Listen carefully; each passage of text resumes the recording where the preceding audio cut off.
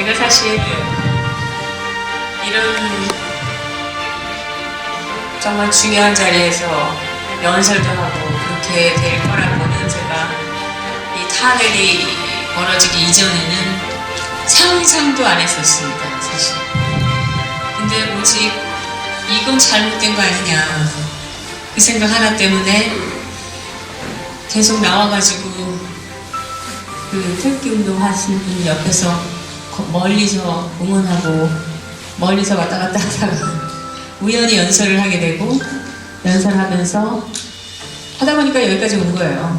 그냥 왜냐 저는 정당을 만들 생각도 없었고 태극기 들고 정말 많은 사람들이 나와서 외치면 될 거라고 생각했어요.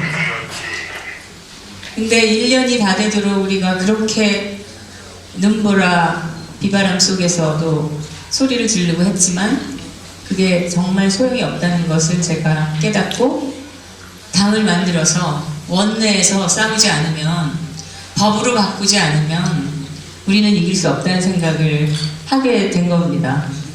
그래서 정광용이 이 태극기 집회를 어떻게 하면 좋으냐, 정광용 씨도 그 당시에 태극기 집회가 그렇게 커질 줄 몰랐어요. 그래서 자기도 어쩔 줄 몰라가지고 이걸 이렇게 계속 커지다가 이걸 어떻게 하면 좋으냐고 저한테 의논을 한 바 있었습니다. 그때 제가 당을 만들자고 했습니다. 그랬더니 정광용 씨가 당을 만들어서 될까? 이랬습니다. 할 때까지 해보면 될 것이면 될 것이고 안 될 것이면 안 될 것이다 이랬습니다. 어떻게 당을 만드냐 그래서 제가 이 많은 국민들이 나와서 태극기를 들고 외치는데 이거 사람들이 태극기 물결이라고 하는데 물결은 바다로 흘러가다 보면 흔적도 없이 없어진다. 이 태극기 물결을 댐을 쌓아서 막아서 전기를 생산해야 그게 파워가 되는 것이다. 이렇게 얘기를 제가 정광용 씨한테 한 바 있습니다. 근데 정광용 씨가 그 말을 듣더니 자기가 생각해 보겠다고 했어요. 그런데 그로부터 몇 주 뒤에 갑자기 도태우 변호사가 태극기 집회에서 우리가 당을 만들어야 된다고 떠드는 겁니다. 그래서 제가 정광용 씨한테 저거 시킨 거냐, 협의하고 하는 거냐, 아니면 도태우 씨 혼자서 저런 생각을 말하는 거냐 이렇게 얘기를 했어요. 이렇게 물어봤더니 자기와 다 협의하고 하는 거라고 했습니다. 갑자기 이렇게 당을 만들면 언제 만드느냐 그랬더니 이미 다 만들어 놨다고 그랬습니다. 그래서 이게 무슨 소린가 했더니 박사모들을 다 시켜서 각 지역당을 만들고 그거를 선관위에 신고를 다 해놓은 겁니다. 그래서 처음에 새누리당이 만들어졌습니다. 그때 저보고 무슨 당 이름을 뭘로 하면 좋겠냐고 물었어요. 그때 제가 그랬어요. 우리가 박근혜 대통령 구하자고 당을 만드는데 박근혜 대통령님이 만들어 놓은 당 이름을 저놈들이 저렇게 쓰레기처럼 내팽개쳤으니 우리가 가져다가 쓰고 살리면 될 거 아니냐. 새누리당을 이라는 이름이 좋지 않느냐. 제가 그렇게 얘기했습니다. 그랬더니 정광용 씨가 좋은 생각이라고 하면서 그 새누리당이라고 이름을 붙이고 선관위에 등록을 마친 겁니다. 저는 그래서 새누리당에 제가 중차대한 책임이 있다고 스스로 생각을 했습니다. 새누리당에 정말 헌신을 해야 된다 생각을 했어요. 근데 어느 날 토요일 아침에 집회를 나가야 되는데 정광용 씨가 저한테 전화를 했어요. 오늘 좋은 일이 있을 거라고. 그래서 무슨 일이냐 그랬더니 조원진 의원이 한나라당을 탈당하고 우리 당으로 올 것이다 이랬습니다. 자기가 그동안 엄청 설득하고 만나서 꼬셨다 그랬어요. 그래서 제가 환호를 질렀습니다. 정말 수고했다, 잘했다. 저는 나중에 선거운동할 때 김진태 의원하고 한바탕 싸웠습니다. 왜 당신이 그렇게 태극기 국민들의 기대를 키워놓고 이제 대선을 지금 앞두고 있는데 어떻게 조원진 의원 지역구에 와가지고 홍준표를 지지하면서 선거운동을 당신이 할 수가 있느냐. 제가 막 뭐라고 했어요. 그래가지고 김진태 의원하고 사이가 틀어졌습니다, 제가.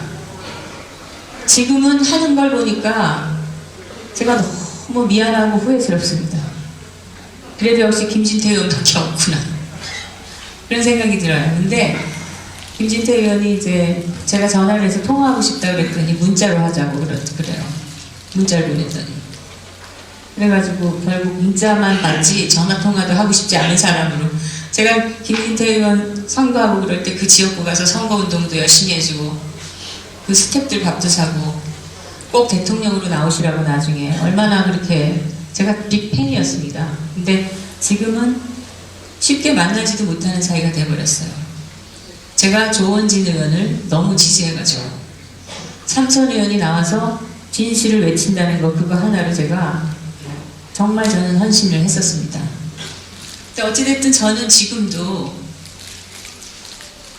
우리 태극기 운동을 하시는 분들이 박근혜 대통령을 구해야 된다고 생각하는 모든 분들이 당을 만들어야 된다고 저는 생각을 합니다. 당이 있어서 그 국회 안에서 법을 바꿔야 된다고 생각합니다. 지금까지 좌파들이 만들어 놓은 그 악법들이 수백 개가 넘습니다. 세월호 관련해서 몇 개인지 모르고 저도 아직 쉬어보질 않았지만 또 그 뭐 여러 가지 5.18에 관해서도 만들어 놓은 법이 저는 한 수십 개라고 저는 생각을 합니다. 만들어진 법은 법으로 바꿀 수밖에 없어요. 근데 애타게 악법을 막자고 여전히 그들은 세월호니 5.18을 가지고 계속 법을 만들고 있고 이제는 아예 대한민국의 국채를 바꾸려고 법을 만들고 있습니다.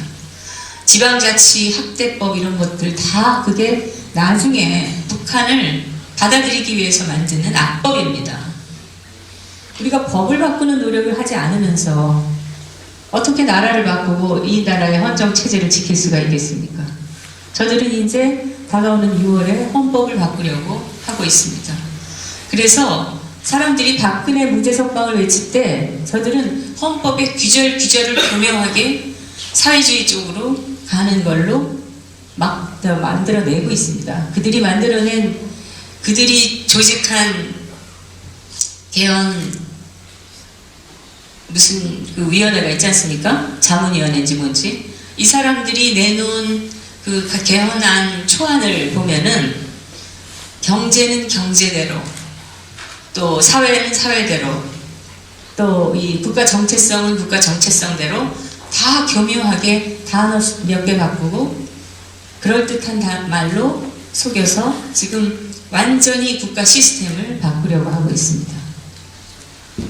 그래서 제가 요새 사실 건강 컨디션이 별로 안 좋아서 자주 방송을 못해서 후원해 주시는 분들한테 죄송한데 이게 공짜는 없어가지고 제가 방송을 자주 못하니까 이제 후원도 거의 안 들어옵니다.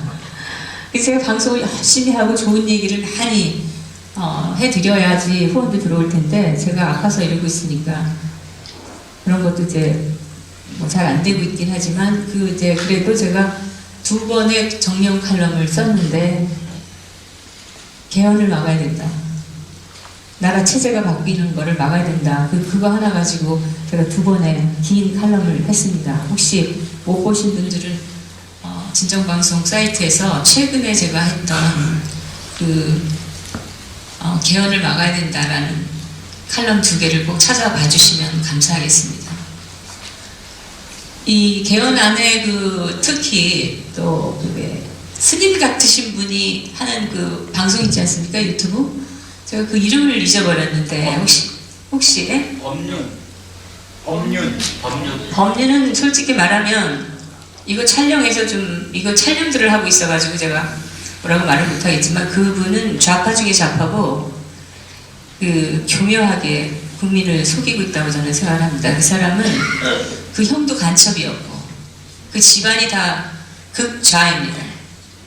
그 사람 말고 우파 방송을 하시는 네? 석가모니 방송인가? 예.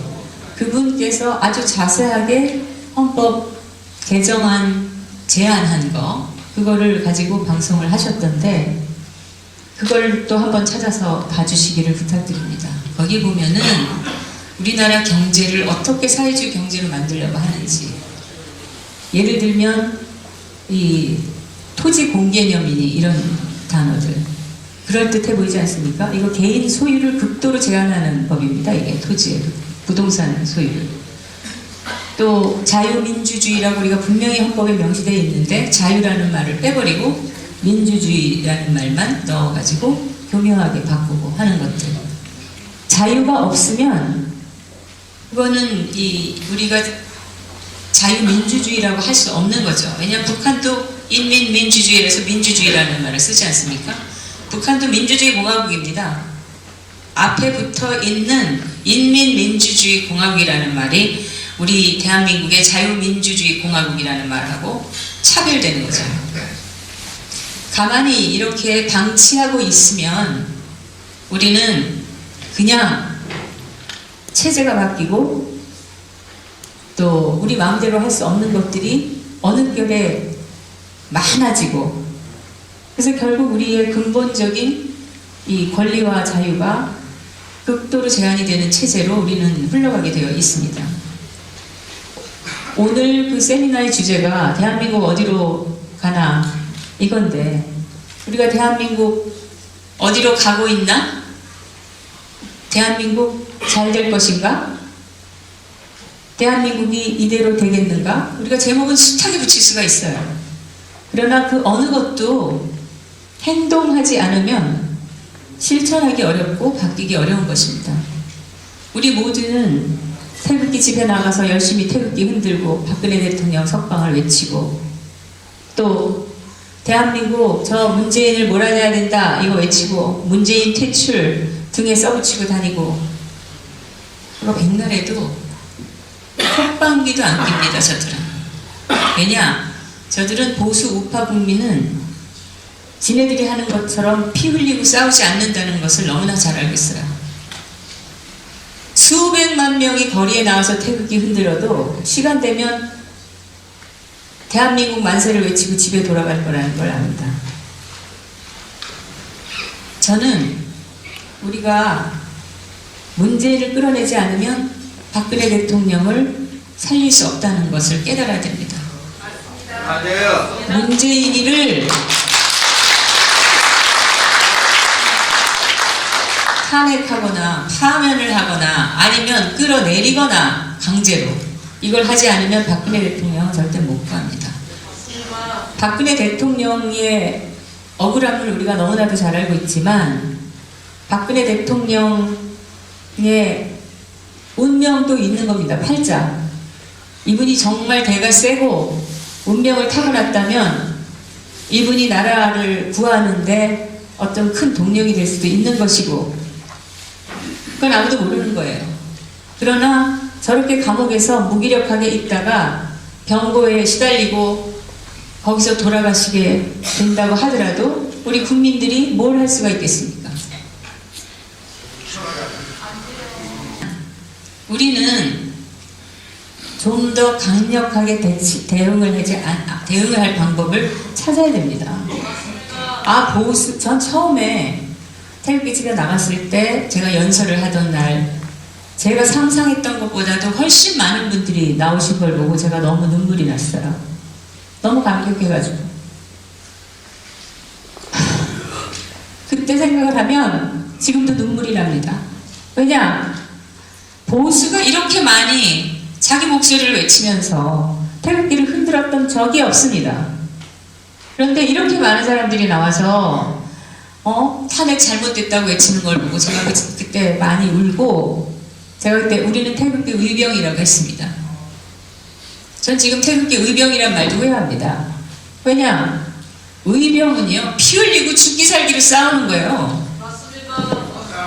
근데 전부 나와서 태극기 흔들고 실컷 소리 지르고 나서는 전부 술집이나 음식점에 올려가서 실컷 먹고 웃고 떠들고 집에 갑니다.